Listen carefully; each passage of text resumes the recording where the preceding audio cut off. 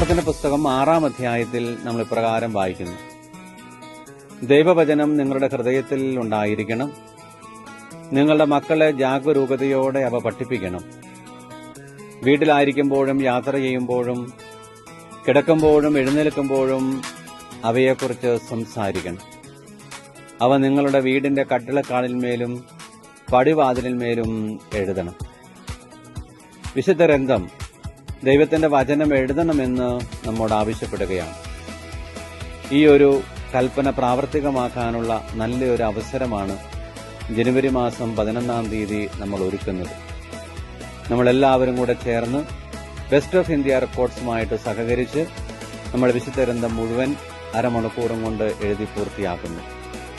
എല്ലാവരുടെയും സഹകരണം പ്രതീക്ഷിക്കുന്നു. എല്ലാവരും വരണം, എല്ലാവരും എഴുതണം.